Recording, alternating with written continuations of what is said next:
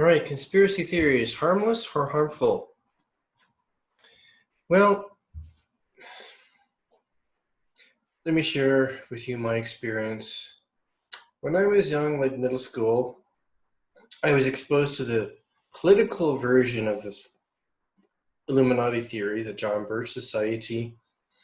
My parents believed in it, although they weren't really into it a lot, but they believed in it. My family did. So I got exposed to it. And I saw the dangers later when I figured it out, when I realized it was all nonsense, it was all garbage. Um, but it's not a good thing to do to a kid because it makes you paranoid. It makes you unnecessarily paranoid. Now, it is good to have a healthy skepticism of your government. Healthy skepticism. This is unhealthy skepticism. This is paranoia. Well, it promotes an authoritarian kind of thinking, of course, too, because you want to do all that you can to fight these evil people, even if it means you yourself using authoritarian means. So you've got a group of people who are receptive to this. It just takes a politician like Trump to come along and to appeal to them, to use his extreme rhetoric to appeal to these people who believe that Trump is going to fight the Illuminati. He's their hero. He's going to fight for them. He's going to save us from the Illuminati. Anyway, this kind of thinking makes people paranoid. It makes them distrustful unnecessarily of government and also of people on the other side of the political spectrum. If you are into a very right-wing conspiracy theory, there are some conspiracy theories that appeal to both the right and the left, like anti-vax theories, for example. Here, more often it's right-wingers who fall for these Illuminati theories. Left-wingers too. I know some left-wing people who fall for it too. But they're going to become very distrustful of other political viewpoints. And they think, oh, feminist, you're being controlled by evil forces, the Illuminati. You're not really sincerely for equal rights. You're just being used by the Illuminati or by this evil conspiracy.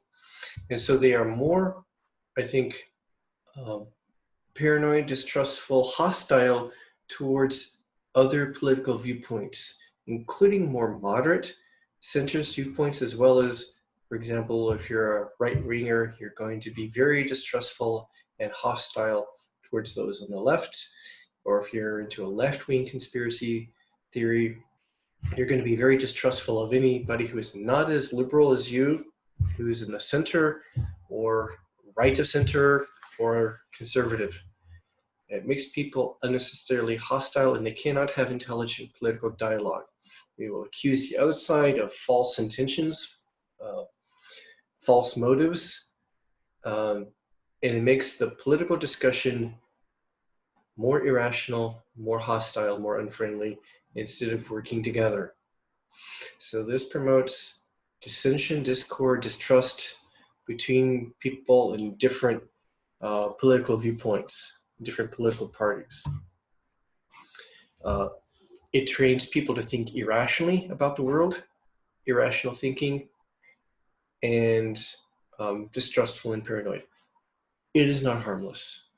These are harmful viewpoints, and especially when people vote, they make voting decisions because they think this guy's going to fight the Illuminati for us. We like him because he's extreme. Yeah, he's a racist.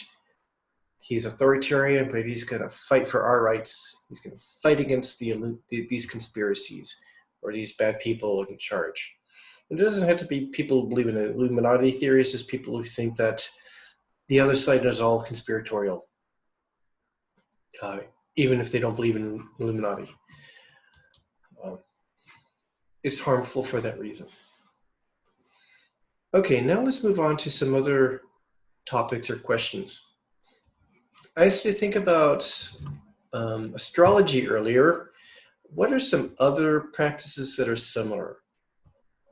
I'm going to give you several discussion questions. We're going to pause and come back, pause and come back. So first question, we've kind of talked about why people believe in astrology, but also what are some other practices that are similar?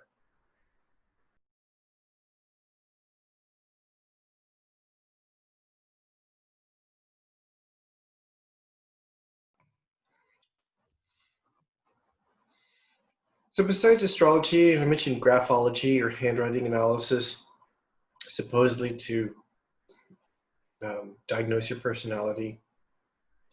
Fortune telling, wudang, things like that. Any kind of attempt to predict the future, any attempt to predict the future, or to classify people into very convenient personalities on non-scientific criteria with non-scientific methods. Palm reading, reading the palm of your hands to predict the future. Blood types, okay. That's also kind of pseudoscience. Um, Classifying people to personality types based on blood type. That's a very unique thing to East Asian culture. It's not known outside of East Asia.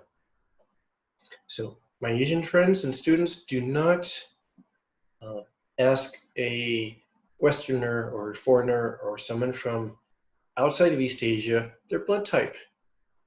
They're gonna go, what? Why do you want to know my blood type? Are you a vampire? Want to eat? Here. It's going to make them feel uncomfortable, or it's going to be strange. Like, why are you asking my blood type? Maybe they're going to steal my organs for the black market. They want my liver, kidneys. It was based on one really bad study a long, long time ago. There's no scientific evidence for this. Different blood types are determined by proteins and other substances on the outside of the red blood cells. Proteins on the outside of a red blood cell has no effect on your personality or your life. That's it. What it mainly affects is, well, if you are in hospital and you need more blood, it affects what kind of blood you can take. If you're A, you can only take A blood. If you're B, you can only take B blood, for example. The personality descriptions for these are also very vague, just like horoscopes. What do you do with rare types like Rh negative? I don't know. Okay, there are a lot of other sorts of superstition and astrology that fall into this kind of category. Sometimes you talk about reading tea leaves because a long time ago in European culture, you would look at the tea leaves in the teacup after the tea is dried and predict the future. There are all kinds of things. There's too many for me to list here. If you look at ancient times, ancient people were into all kinds of weird things. Dissecting an animal and looking at its liver to predict the future, looking at how birds fly overhead, looking at animal dung, animal poop to predict the future. Ancient people like ancient Romans and other ancient cultures and Western, Near Eastern cultures were into some weird ideas about predicting the future. Okay, let's move on. Let's take an example. Joanne is upset about a certain public figure, a politician in the news. She doesn't like him because of his extreme views or scandal or behavior, but everybody around her, in her community, her family, her social group, maybe her workplace, they really like this guy. And they really don't like people to criticize this guy. Joanne really doesn't like this guy, this politician. This guy is very controversial. But she's in an environment where she feels a lot of pressure to support this guy, this politician she doesn't like. What's she going to do to adapt, to survive, to fit in? If she disagrees with this guy, she criticizes him, people are going to exclude her socially.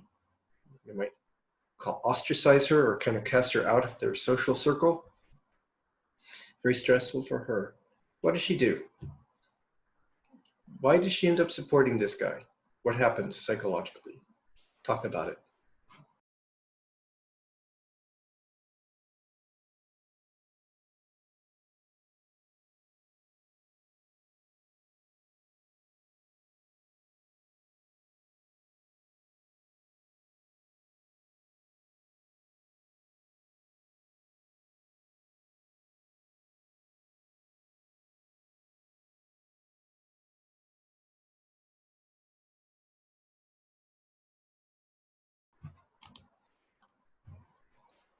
Okay, this illustrates a psychological effect.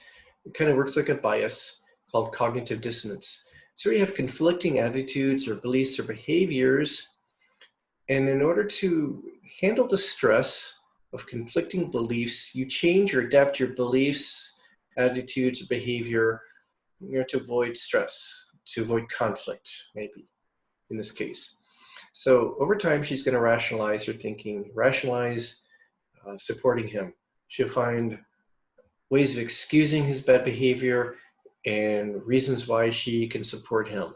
So over time, she's going to rationalize, she's going to change her opinion and try to support him and rationalize it, find ways of rationalizing it to handle the cognitive dissonance that's involved, the conflict, the stress, change her opinion so she can fit in socially.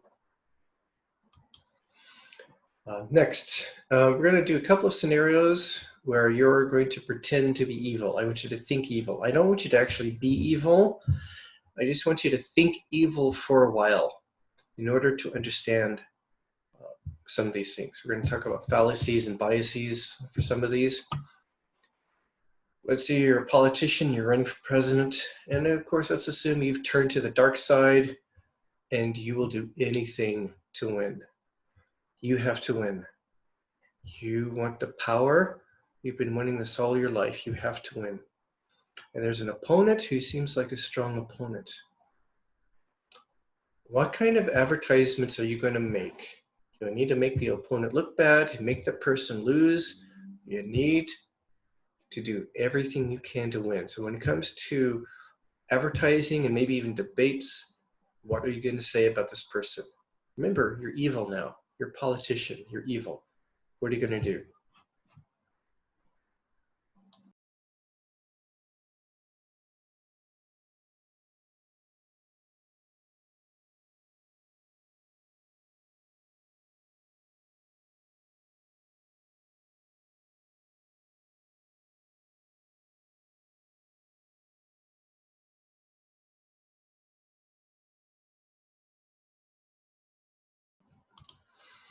Okay, the easiest thing is to strawman the person.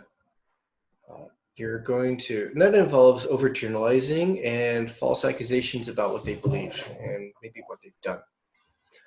So instead of actually understanding what the person really believes and all the details of what the person really believes and all that they've done, you're going to overgeneralize and come to false conclusions and say, oh, my opponent believes such and such. My opponent believes we should just do such and such, and makes wrong accusations, wrong claims about what the other person believes, and attacks those wrong beliefs, those misstatements, misrepresenting what your opponent believes. So you're creating a straw man and attacking a straw man, not the real person, not the real beliefs, but a straw man. We talked about this before. That involves overgeneralizing and sometimes false accusations and distorting maybe things they voted for in the past. If a person was in Parliament or Congress or Senate, you make wrong statements about things they voted for or why they voted for those things. And you attack that, straw man. So that's the easiest thing to do. Politicians do it a lot. You straw man your opponents.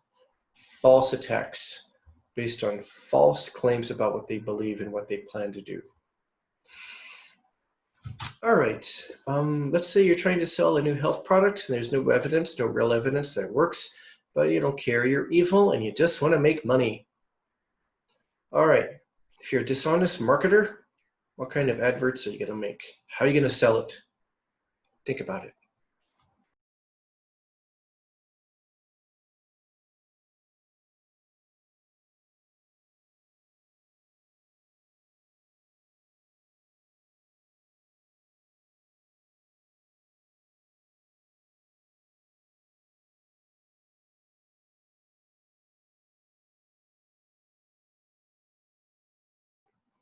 Okay, first thing you'll probably do is come up with some kind of pseudoscientific story, some false pseudoscientific claims explaining why it works. If you're selling germanium bracelets, come up with some pseudoscientific nonsense about, well, as people who sell these do, claims about the ions, the electrical charges in the bracelets, in the metal, and how that cleans your body of bad stuff. No, total nonsense, of course. But because you're using language that sounds sciencey, even though it's not, you don't understand the science, it sounds kind of sciencey, and people fall for that. It's persuasive. Pseudo-scientific nonsense, babble, throw in some sciencey words, ions, electrons, antioxidants, and things like that. People believe it. Let's say there's no evidence that your product really does any good. Most studies say it has no effect. Maybe you can find one study. It's not a good study, it's not well done. It used a small number of subjects, experimental subjects in the study. It's not a good study. But it seems to show that your product or a similar product or similar material had some effect, had some good effect. So you pick that. It's called cherry picking. You pick the one study or the few studies that support your view, or bits of data that support your view, your claims, and you ignore everything else that says that what you're selling is garbage. You pick that one study or a few studies and you talk about that. This study from the University of nowhere says this thing works. Another thing you can do is you can have anecdotes, personal stories. Oh, I used this product and I felt better. It healed my illness or whatever. Somebody gives a testimony. You put them on camera and they tell a story. Before this, I was sick and I started taking this product and I feel better. I have energy. I get so much more done during the day. Testimonials. You pay the money and people will say anything on camera. It's easy. So instead of scientific evidence with careful study, just a few anecdotes. And again, these are people, might be you, me and my family took this and we feel great. Or you pay somebody to say, testimonial on camera. And it may be because of the placebo effect, they felt better, or because you're paying them money, they're going to say, oh, I felt better because of this product. You don't need scientific evidence. One person's story is fine, even though it's probably not your product that made them feel better. It was some other reason. Who cares? You just want to make money. Now, if you really want to make a lot of money, the best way to make a lot of money is to start your own religion, a cult. One where you're really the king and you expect people to give you a lot of money to join your religion. Think about, Scientology as an extreme example or something. Okay, how are you going to make a lot of money from this? I'm not here to bash or criticize religion. I actually want to take something that's often misused for selfish purposes, cults. I'm going to talk about cults later, what a cult is. But you just want to start your religion, and you want to create an atmosphere where people are encouraged to join, they're encouraged to believe, they're encouraged to follow you and do what you say, especially when you tell them to give money. And an atmosphere that encourages newer members to accept your views and to join and to bring their friends to your religion too. Okay, remember, you're evil. What are you going to do?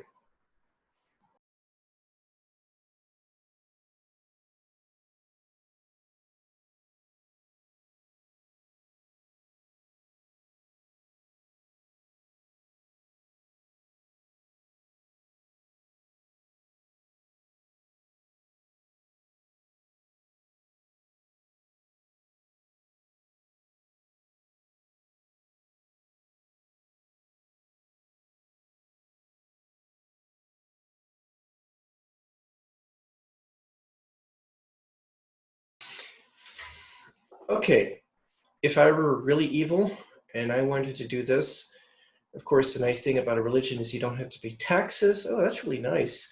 Laws are very generous about that. All right, so let me come up with some kind of crazy example. I'll just come up with some really crazy idea. I'm going to say that angels appeared to me, talked to me, and talking about how angels inhabit water. And part of the religion involves praying to water bottles and water tanks. So you're going to come to my church service and you're going to pray to water and to the water angels. And I'm going to tell you how the angels appeared to me and gave me special revelation about the importance of water and how angels are connected to water. And you need to bow down and worship my holy water, not any water bottles, but the water tanks in my church, because they've got angels in them. My blessed water has angels in it. Okay, this is just a silly example I'm making up. Now, what you need is a story. So a narrative is something that's really compelling. So think about a conspiracy theory. It's compelling because there's a narrative, there's a story. These people got together and they created the secret society, and they've been doing this and this and this. So you get this whole story bringing up to today, and this is what they're doing today. This is how they're seizing power. You know, the government is telling you to stay at home. They've created this coronavirus. That's another conspiracy theory, to make you stay at home, to hurt the economy. It's a government plot to gain more control. They tell you to stay at home or wear masks.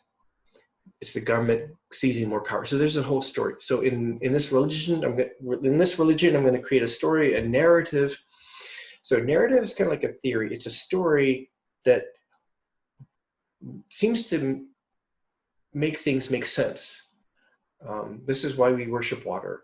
There's this whole story about angels and water. I'll make some kind of story, a lot of stories about angels and water, and also the story about angels talking to me and giving me these divine revelations and insights about angels and water. And through the water, you can know your different angels. You can know them and meet them and talk to them, and they'll get you into heaven when you die. You need these angels to get you into heaven. You need my angels. Not any water, but my water, my angels to get into heaven. So you have to come to my church and pay me money. It's a great scam, isn't it? This is actually a good idea. I should do this. The angel religion. Anyway, what other things work? Confirmation bias. You come to my church and you pray to the water tanks and water bottles, and you feel better. Life is working better for you. You get a raise, you get a better job. Oh, it's because I'm praying to the water angels. Confirmation bias, selection bias kick in. And makes you think that my religion is actually helping you. Now you're doing this in a group atmosphere, and there's this group effect. Psychologists have known this for a long time. The group effect is a very powerful thing. The confirmation selection bias, along with the emotional experience of being in a group and doing things in a group, doing rituals and having emotional experiences during the church service, that's going to enhance the effect of the confirmation selection bias a lot, and all the other psychological effects going on. The placebo effects that suddenly make you feel healthier and stronger, the psychogenic effects that make you feel better. All of this is enhanced by this group environment. As a group, you're experiencing the same things together. It's a very powerful effect. I'm not saying that all group things are bad. I'm not saying that all group religious experiences are bad. I'm just saying it's one thing that could be used. Also music. Music can really manipulate people emotionally, especially whether it's a sports game or a church service, and it's not necessarily evil. It's just that, I don't know music, but I've heard that major chords kind of bring about maybe more cheerful moods, and minor chords can make you more thoughtful or reflective, or maybe even sad or agitated or anxious. Okay, you can use those to manipulate people. And again, the group social effect really makes everything, it magnifies everything. These are things you can do if you're evil and you want to start a cult. Great way to make money.